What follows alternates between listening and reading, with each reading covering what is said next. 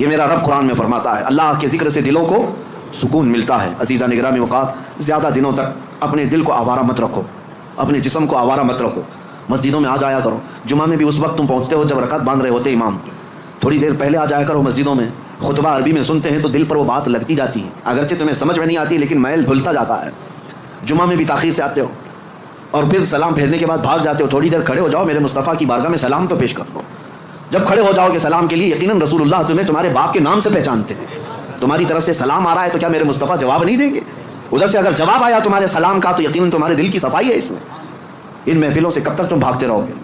مسجدوں میں کبھی وقت سے پہلے آ جاؤ. حضور پاک صلی اللہ علیہ وسلم نے ایک چیز بیان فرمائی، وہ میں آپ کے سامنے رکھتا ہوں. منافق اور مومن کی پہچاننے کا طریقہ کیا ہے؟ حضور فرماتے ہیں منافق مسجد میں سب سے لیٹ آتا ہے اور سب سے جلدی بھاگتا ہے. مسجد میں سب سے تاخیر سے آتا ہے اور سب سے جلدی بھاگ جاتا ہے. اسی لیے مجھے ڈر لگتا ہے، آپ کو بھی خوف ہونا چاہیے کہ منافقوں کی فہرست میں ہمارا نام نہ آ جائے. دیکھتے رہتے ہیں ابھی ٹائم ابھی ٹائم ابھی ٹائم ہے، لاسٹ مومنٹ پر پہنچیں گے اور پھر ادھر ختم ہوتے ہی بہت سب سے پہلے بھاگیں گے. حدیث پاک میں ہے منافق کی علامت ہے. اور پھر دوسری علامت منافق کی کیا ہے؟ حضور فرماتے ہیں بازار میں بہت جلدی جاتا ہے اور بہت دیر کے بعد بازار سے نکلتا ہے. کافی دیر تک شاپنگ مال میں وقت گزارے گا، اس کا دل لگتا ہے وہاں پر، مارکیٹ میں شاپنگ مال میں گھومتا رہے گا. بہت جلدی مارکیٹ میں جائے گا اور بہت دیر سے نکلے گا. میرے عزیزوں، یہ منافق کی پہچان اور دل کالا ہونے کی علامت. اور مومن کی پہچان میرے آقا فرماتے ہیں مسجد میں جلدی آتا ہے اور دیر سے جاتا ہے. بازار میں صرف اپنے کام کے حد تک جاتا ہے اور فوراً وہاں سے بھاگ جاتا ہے. مومن کی پہچان ہے. اس لیے میری یہ نصیحت ہے نوجوانوں کو کہ یہ ذکر کی مجلس قائم کرو. زیادہ دیر تک اپنے دل کو آزاد مت چھوڑو، زیادہ دیر تک دل کو آزاد مت چھوڑو، ورنہ یہ خواہشات تمہیں بہت دور تک لے جائیں گے. دل بوجھل ہو جائے گا، دل سخت ہو جائے گا، دل کالا ہو جائے گا. دیکھنا زمانہ ہو گیا آنکھیں روتی نہیں آج اللہ کی یاد میں. رب تبارک و تعالیٰ کی یاد میں روتے ہو کبھی؟ دل سخت ہو گیا ہے. حضور پاک صلی اللہ علیہ وسلم کی جدائی اور ان کی دوری کبھی تمہیں رلاتی ہے؟ موت آنے والی ہے، کیا وہ قبر کی سختیاں اور اس کی تنہائیاں تمہیں کبھی رلاتی ہیں؟ سوچ کے روتے ہو کہ کیا ہوگا میری قبر میں جب مجھے ٹائٹ باندھ کر کے لوگ چھوڑ کر چلے جائیں گے؟ کیا ہوگا میرے ساتھ جب اوپر نظریں اٹھاؤں گا تو تختیاں بند نظر آئیں گی؟ گھٹن محسوس ہوگی قبر میں، کیا ہوگا؟ اس یاد سے کبھی آنکھیں روتی ہیں؟ یہ کیوں نہیں رو رہی؟ بہت دن تک تم نے دل کو آزاد چھوڑ دیا، بہت دنوں تک خواہشات کے پیچھے چلتے رہے. گھنٹوں تم موبائل میں بیٹھے رہے، گھنٹوں تم ٹیلی ویژن کے سامنے بیٹھے رہے، گھنٹوں تم میچ میں میدان میں گھومتے رہے، گھنٹوں شاپنگ بھی کرتے رہے، گھنٹوں لوگوں کے ساتھ گپے بھی لگاتے رہے، لیکن اپنے رب کے حضور نہ کبھی بات کرنے کی فرصت ملی، نہ اس سے دعا کرنے کی فرصت ملی. تمہیں پتہ ہے دنیا والے مانگنے سے ناراض ہوتے ہیں، اور حدیث پاک میں ہے اگر بندہ مسجد میں آیا اور اللہ کی بارگاہ میں دعا نہ کر کے گیا، اللہ اس سے ناراض ہوتا ہے کہ مجھ سے مانگتا تک نہیں اب یہ بندہ. تمہارا مانگنا اسے پسند ہے پھر بھی تم مسجد میں نہیں ہو.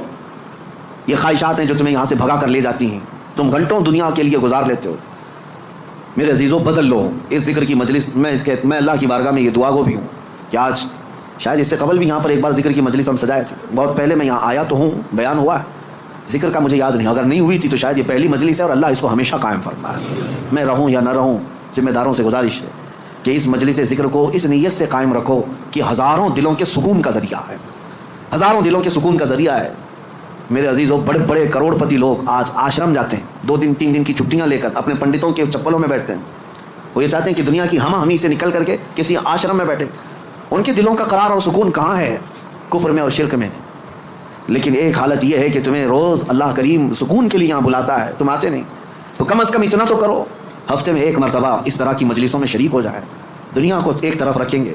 مصروفیات روز ہیں، کام کاج روز ہیں، رشتہ داروں سے ملنا روز ہے، میٹنگیں چلتی رہیں گی، کبھی ختم نہیں ہوتی. لیکن کبھی تو ایک دن اسٹاپ کر کے یہ سوچیں کہ آج میرے رب سے ملاقات کی رات ہے، آج کا یہ ٹائم صرف اور صرف میرے رحمان خدا سے بات کرنے کا وقت ہے. اس لیے تو ان مجلسوں میں آ جایا کرو.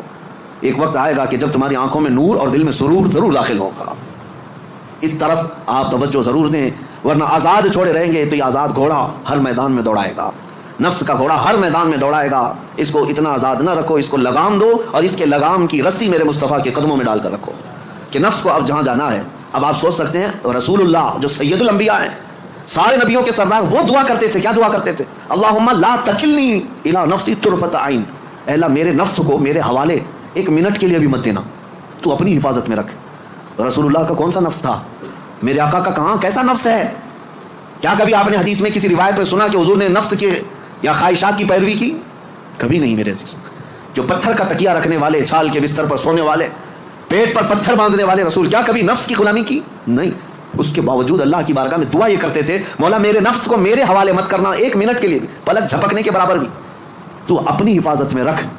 اور ہم جیسوں کو کیا کہنا چاہیے؟ اگر ہم اپنے نفس کی حفاظت اللہ کے حوالے نہ کریں تب تو یہ اتنی تباہی مچائے گا سوچ بھی نہیں سکتے۔ آؤ آج ذکر کی مجلس ہے، ہم اپنے نفس کو، اپنی خواہشات کو رحمان کے حوالے کرتے ہیں اور عہد کرتے ہیں دل میں کہ مولا میں آج توبہ کے لیے آیا ہوں، توبہ